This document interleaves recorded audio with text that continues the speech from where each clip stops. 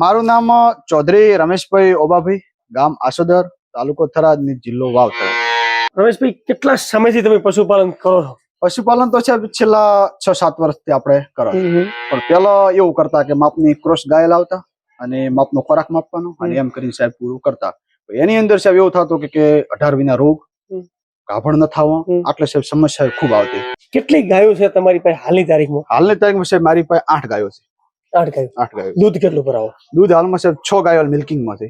6 ગાયોનો અંદર 70 લીટર આજુબાજુ એવરેજ છે. બ્રીડિંગ નું કામ ચાલુ કર્યું. હાલમાં સાહેબ આ ગાયને સાહેબ 3 મહિના આજુબાજુ શું છે. હાલમાં સાહેબ વર્લ્ડ વાઇડ માં WWS માં સાહેબ કાપણ છે. આ દૂધ કેટલું છે? દૂધની હાલમાં સાહેબ 14 લીટર આજુબાજુ છે. 14 લીટર સવાર, 14 લીટર સાંજે, 28 લીટર પાક્કો 28 લાઈવ મિલ્કિંગ કરવું તો કેટલો પગાર કેટલો આવે છે? પગાર સાહેબ એના મૂળ 6 ગાયમાંથી 77,100 રૂપિયા છે તો 15 દિવસનો. એચએફ ગાયનું જો તમારે ફાર્મ બનાવવું હોય તો આ મેનેજમેન્ટ તમારી પાસે હોવું જ જોઈએ કે આવનારા સમયની અંદર હું ક્યાં પહોંચીશ. અને ગાયનો સાહેબ પ્રોફિટ સાહેબ કોમ બધું મેનેજમેન્ટ થી મારે કરવાનું. મિલ્કિંગ મારે કરવાનું, જાતે જ સાહેબ કરવાનું. મિલ્કિંગ મારે કરવાનું. ધારો કે આગળ ખોણ બોણ તૈયાર કરીને મારે છે મૂકવાનું, બધું એ ટુ ઝેડ લગભગ કોમ છે મારે. કેટલા વાગે સવારમાં ઉઠો? સવારમાં છે હાલમાં 4 વાગે.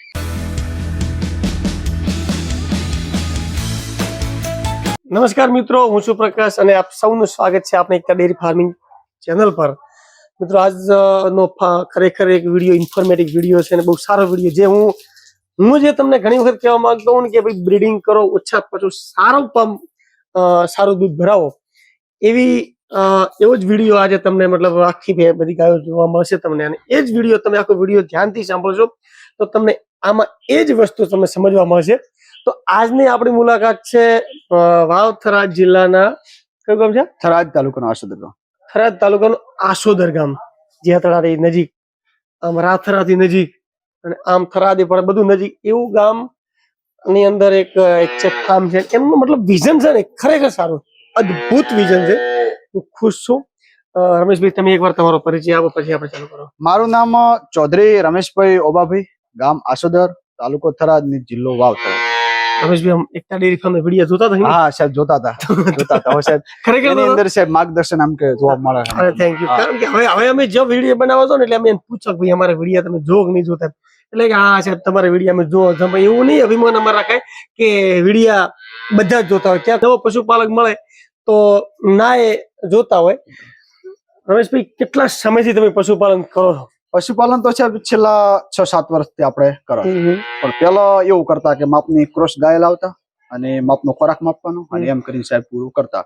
એની અંદર સાહેબ એવું થતું કે 18 વિના રોગ, ગાભણ ન થવો, આટલે સાહેબ સમસ્યા ખૂબ આવતી. એટલે ધીમે ધીમે વિડીયો બી જોતા. લાખાભાઈ નો મારો કોન્ટેક્ટ છે. લાખાભાઈ મને પૂરી સલાહ સૂચના આપ્યું અને એના કારણે ધીમે આગળ બ્રીડિંગ કામ ચાલુ કર્યું છે. લાખાભાઈ મેનેજમેન્ટ? હા, લાખાભાઈ મેનેજમેન્ટ થી હાલમાં સાહેબ. લાખાભાઈ નું કામ મિત્રો સારું. લાખાભાઈ ઘણા બધા લોકો મને સાહેબ ખૂબ સપોર્ટ કર્યો. મને ઘણા બધા લોકો ફોન કરે કે સાહેબ મારી જોડે હેડો, અમારે ગાય લેવી છે, તમે અમારી જોડે આવશો. હું ખુદ લાખાભાઈ નું પ્રિફર કરું તમે આ વ્યક્તિને લઈ જાઓ. એ તમને ગાય એવી ચોઈસ કરીને આપશે અને એ ગાય ની અંદર હજી સુધી મરણનું પ્રમાણ કે એટલું બધું જે પ્રમાણે ગાય લેવડાવે એ પ્રમાણે દૂધ નીકળે. તમે પણ નજર સામે સાહેબ જોયું છે. એમ કે એનું કામ સારું છે ખરેખર. કેટલી ગાયો છે તમારી પાસે હાલની તારીખમાં? હાલની તારીખમાં સાહેબ મારી પાસે 8 ગાયો છે. 8 ગાયો. 8 ગાયો. દૂધ કેટલું ભરાવો? દૂધ હાલમાં સાહેબ 6 ગાયો મિલ્કિંગ માં છે. 6 ગાયોનો અંદર 70 લીટર આજુબાજુ એવરેજ છે. 65 થી 70 લીટર વચ્ચે. આવનારા વર્ષની અંદર તમારું શું ગણતરી છે? કેટલું ભરાવો? હવે સાહેબ આવનારા વર્ષની અંદર ધીમે સાહેબ બ્રીડિંગ ઉપર કોમ લીધું છે. તેમ સાહેબ રેડિયો તૈયાર થાય કે ને ધીમે સાહેબ 10-12 ગાયો સારી રાખીને સાહેબ આગળ ફાર્મ.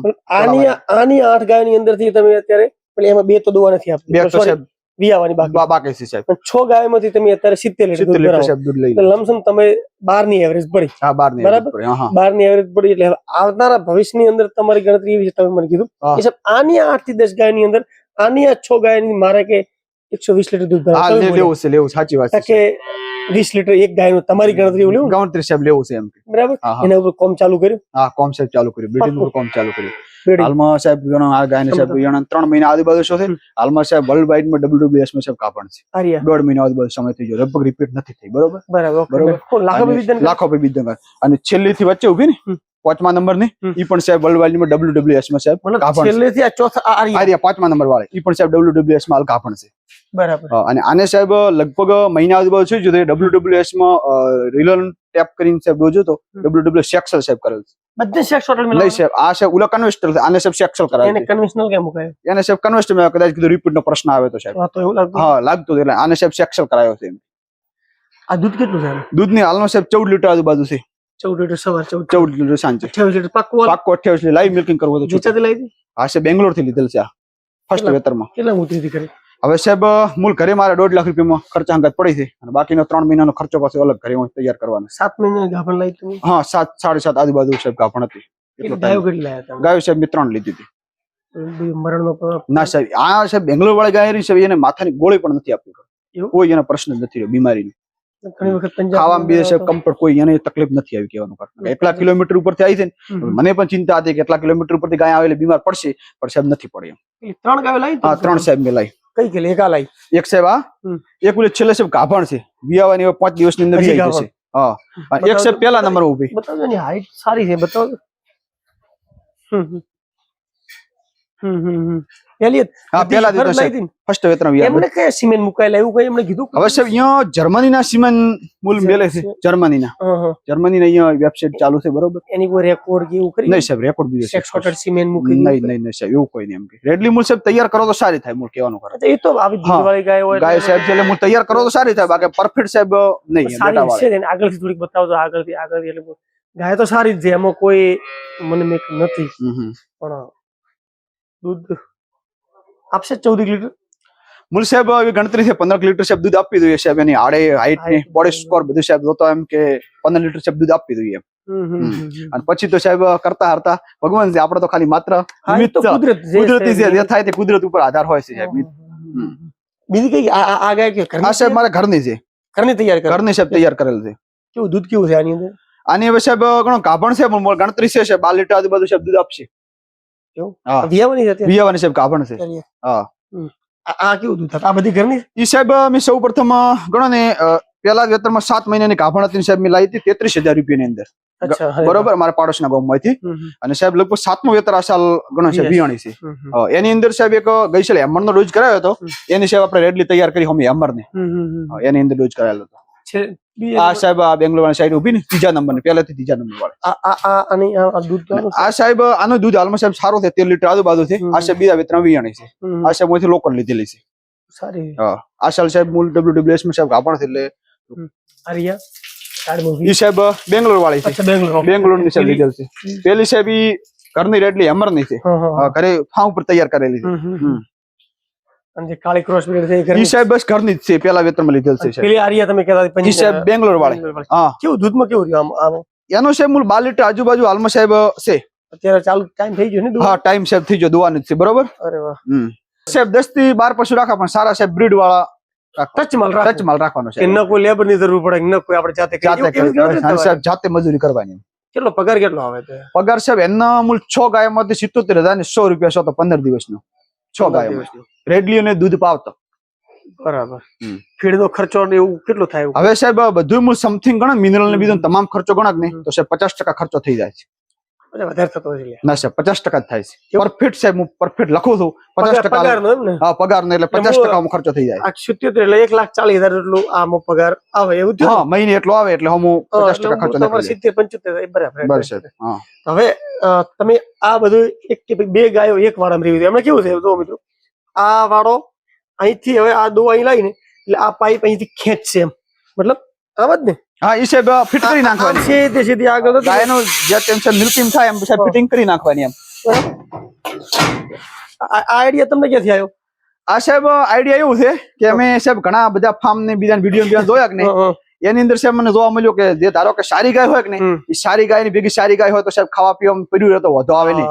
એક સાહેબ 5 લીટર વાળી ને 15 લીટર વાળી તો સેટિંગ થતું નથી. 5 લીટર વાળી ખાઈ જાય 15 લીટર વાળી મળતું નથી. એના માટે સાહેબ સારી એ પ્રમાણે સેટિંગ કરો ને ધારો કે 2 થી 3 ગાય ફાર્મ વાડાની અંદર તો સાહેબ પ્રોપર ખાઈ કે પ્રોપર આપણને દૂધ આલે. બરાબર. એટલે હવે આ બે ગાયો આ વાડામાં ફરશે જાશે આવશે 24 કલાક ખાવાનું. અચ્છા. અને પેલાની બે ગાયો મતલબ આપણે સાહેબ અલગ વરી રહેશે એમ ઈ વરી અલગ. હા આ બે ગાયો આની અલગ અને જે પ્રેગ્નન્ટ જે છે ઈ સાહેબ ઈ અલગ પેલા વાડામાં ઈ અલગ. હા અરે વાહ અદ્ભુત આઈડિયા. આ પાડી સોરી રેડલી સાહેબ સેક્સલ સાહેબ ડોઝ કર્યો તો હેમર ની રેડલી ને સ્પાઇકર ની સાહેબ છે. અચ્છા. આજ સાહેબ એક્ઝેક્ટ 35 થી 40 દિવસ આજુબાજુ સાહેબ થઈ છે. હાલમાં સાહેબ દૂધ ચાલુ છે. કેટલું દૂધ? દૂધ સાહેબ 3-3.5 લીટર આજુબાજુ હાલ સાહેબ ચાલુ છે એને. ફીડમાં બીજું કઈ હાલો નહીં સાહેબ કાપ સ્ટાર્ટર આપા હતા પણ ખાતે નથી હાલમાં તો દૂધ ઉપર ધરાઈ જાય છે. બરાબર છે. હા આ મોટી થશે આ વ્યવસ્થિત રીતે તમને દૂધ એટલે સાહેબ ધીમે ધીમે બ્રીડિંગ ઉપર જાય એમર ની રેડલી સ્પાઈકર ની છે એટલે ધીમે ધીમે જનરેશન આગળ જશે. અચ્છા. એટલે આ રેડલી ઈ ધારો કે 14-15 લીટર દૂધ આપે છે 30 લીટર દિવસનું બરોબર. એટલે સાહેબ આની ગણતરી છે કે મૂળ સારું દૂધ આવશે. બરાબર. આ વાળો ખાલી મતલબ આ સાહેબ ગાભણ ગાય એક આમાં ને એક આમાં એટલે ગાભણ ગાય ઓલી પેલી હેરાન ન કરે એના માટે છે. accident ના થાય. એક આ વાડામાં થાય ને એક આ વાડામાં થાય ઈ છે પાઇપ ફિટ થઈ દો અમે. અચ્છા ઓકે હા. એટલે આ બધે હા એટલે સાહેબ સાઇલેજ આપો છો? હા સાહેબ સાયલેજ ધારો કે આઉટ સીઝન નીલું ઘરે ના હોય તો સાયલેજ આપવાનું ધારો કે 70% આજુબાજુ. અને જો ઘરે મકાઈ બીજું નીલું હોય તો સાહેબ સાયલેજ આપવાનું 30% 20% આજુબાજુ. બાકી 70-75% સાહેબ નીલી મકાઈ ઘરની એડ કરવાની ગમે તે પેલે નીલું હોય. અચ્છા ધારો કે જુવાર હોય મકાઈ ધારો કે મકાઈ છે બુલેટ ઘાસ છે દરેક ગમે તે નીલું જે તે ખેતરમાં થાય તે. અને પશુ માટે 24 કલાક નીલું કરવાનું. બરાબર. હા બને એટલું. મિત્રો આ રમેશભાઈ ખરેખર તમે જોયું છે એટલું એક્યુરેટ કામ એમનું છે કે એક સિમેન્ટ મુકાવા સારા મુકાવા એને ખવડાવવું તો સારું વસ્તુ ખવડાવવાની એને એની મતલબ રખરાખાવા કે બે ગાયો એકમાં ને એકમાં રહે ગાભણ બે છે તો એ અલગ અલગ રહે અને દુઃખ બધી જ રીતનું મેનેજમેન્ટ એમના પાસે. એચએફ ગાયનું જો તમારે ફાર્મ બનાવવું હોય તો આ મેનેજમેન્ટ તમારી પાસે હોવું જ જોઈએ કે આવનારા સમયની અંદર હું ક્યાં પહોંચીશ 2-5 વર્ષ પછી મારે ઝુંડ ભેગું નથી કરવાનું. અત્યારે મારી જે 6 ગાયો દોવા આપે છે એમાંથી હું 70 લીટર દૂધ ભરાવું છું. આવનારા ભવિષ્યની અંદર એની 6 ગાયની અંદરથી હું 100-125 લીટર દૂધ ભરાવીશ. પંજાબની અંદર અમુક જગ્યાએ આવા ફાર્મ છે મેં જોયા છે કે લોકો 12-13 ગાયોની અંદરથી 700-700 લીટર દૂધ ભરાવવાવાળા છે. દૈનિક એમની ગાયો દૈનિક 50-50 60 લીટર દૂધ આપે છે. બરાબર છે. તો આવી રીતે આપણે પણ જો કંઈક ફાર્મ બનાવવું છે આપણે કંઈક જે પણ ગાયો ભેંસો જેમાં પણ તમારો વિચાર હોય એમાં તમારે આગળ જવું હોય તો આ પ્લાનથી તમે ચાલશો કે મારે હવે આગળ જવું છે આ વસ્તુ હું કરીશ એ બધું તમારા મગજની અંદર ફિટ હોવું જોઈએ અને આવું આપણે કામ કરવું જોઈએ. ભેંસો કેટલી 3 જ છે ને? ભેંસુ સાહેબ 3-4 જેવી છે. એક સાહેબ દો આલે છે 2 સાહેબ ગાભણ છે.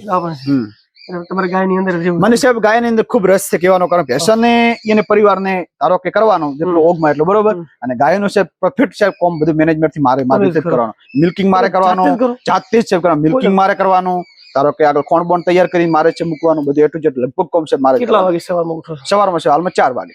4 વાગે. હા તો કંટાળો આવે યાર 4 વાગે? નહીં સાહેબ રસ છે આગળ આમ રસ છે તેમ તેમ આમ રસ જાગે છે એમ કે ધીમે ધીમે આપણે આગળ જ જવું છે આગળ જ જવું છે. હા આ રમેશભાઈ આપણે હજી એમના વિડીયો આવતી સાલ કે 2 વર્ષ પછી જોઈશું કે એમની કેટલી પ્રગતિ થઈ છે એમને કેટલું કામ કર્યું છે. તો દરેક બસ આવા અવનવા વિડીયો જોવા માટે બસ આપણી એકતા ડેરી ફાર્મને લાઈક કરજો ફોલો કરજો. હું ઘણી વખત બોલતો નથી પણ ક્યારેક યાદ આવે તો બોલતો રહું છું. ધન્યવાદ.